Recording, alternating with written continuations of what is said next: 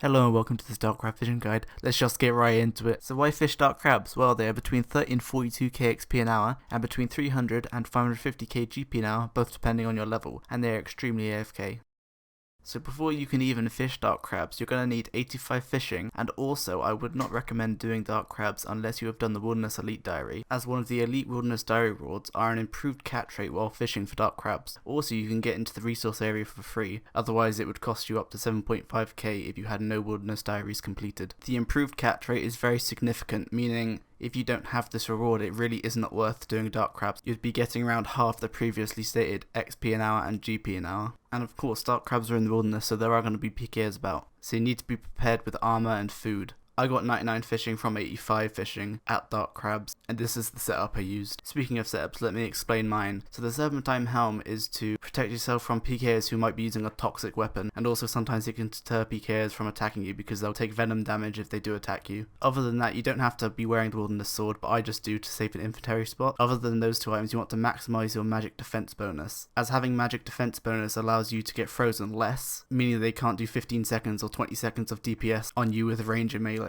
I'd recommend just bringing three expensive items which you don't want to lose, as when I've been escaping I've been smited plenty of times simply because I've ran out of prayer points and super restore, meaning if I bought a fourth expensive item I would have lost it. In this case I have a Fury, a Serpentine Helm and an Odium Ward. I did experiment with a DFS, but it lacking in magic defense bonus is really noticeable in comparison to the Odium Ward. Now looking at the inventory, I never died because I ran out of food with this setup, but I died 4 times, one of which I actually lost my dark crabs. The other 3 times I managed to drop my crabs before being killed, and then making it back to pick them up before they appeared to the PKers. All of these 4 deaths were due to me being TB'd, meaning I couldn't teleport with the lever. I also bring along a lockpick, as this allows for an easy escape just north of the resource area to the cabin with all the axes. They are aggressive and won't allow a PKer to attack you whilst inside, though it is possible that a PKer could manage to attack you while inside. But most of the time the PKer won't even have a lockpick, so he'll just leave you after you stay in there for a couple minutes. There is a slightly different setup, and it's debatable whether it's better than this current setup, but that setup is to bring a ZGS rather than a lockpick. Then you go out the resource area gate, and as the PKer follows you, you step out and freeze him with a ZGS spec. Then you can just stand under him and log out. The 2 videos on screen now contain examples of escaping with both of these methods. From that you can decide which method you want to use, but in my opinion the lockpick method is better. When I was fishing dark crabs, I fished around 320-ish dark crabs per inventory, but you can catch however many you're willing to risk. You'll also want to bring cash corresponding to your dark fishing bait. It costs 50 GP to note 1 crab, and you note these dark crabs by using them on Giles, which I'll show you where he is later in the guide. Now that we're done with that, where even are dark crabs? Dark crabs are located in the resource area, which is very deep in the wilderness. The specific fishing spot that you'll be using is in 51 Wilderness. You're going to be banking at Edville, as it is closer and takes less time to get to than the Mage Bank. To do this, all you need to do is use the lever south of Edge Bank, and then run north out of the Desert Keep and then east until you see Mandrit, who is standing next to the entrance to the resource area. The fishing spot you'll be using is the most eastern fishing spot, as it's closest to Giles, who will be noting your dark crabs, though PKers can see and attack you almost instantly while using this spot, meaning a safer option would be to use the most southwestern fishing spot, as PKers would have to run all the way around the magic trees there before they can attack you, giving you plenty of time to log out. If you do find yourself being attacked by a PKer though, you just want to use the methods I've mentioned before, either the lockpick or the ZGS, or you could even use both.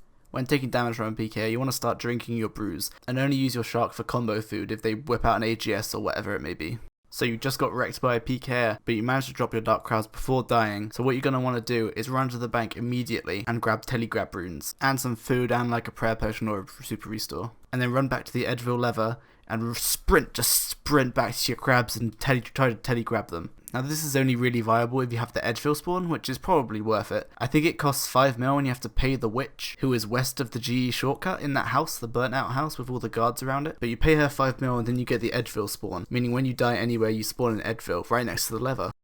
During the recording of this video, dark crabs are 1.7k each, which is why it's such good GP an hour right now. As for XP an hour at lower levels, you can safely average that you'll get about 1.5k-ish XP an hour for each level you have over 85. This is just a guesstimation, and PKs will also affect your XP an hour.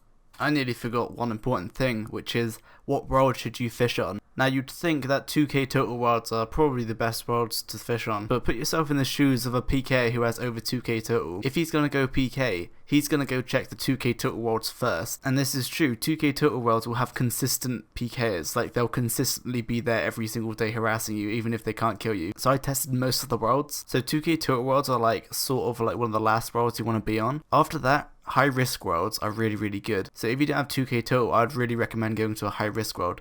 If not, then just go to a random world. But if you see someone who could be a scout, anyone, just hop world immediately, don't take the risk. This only really applies to normal worlds which have no specific features. And I think that's about it. Oh, one more thing I had to say is that duck grabs are a pretty good place to be getting heron pets. I got my heron pet here at around 91 fishing. Anyway, I hope this helped. Hope you enjoyed. Bye.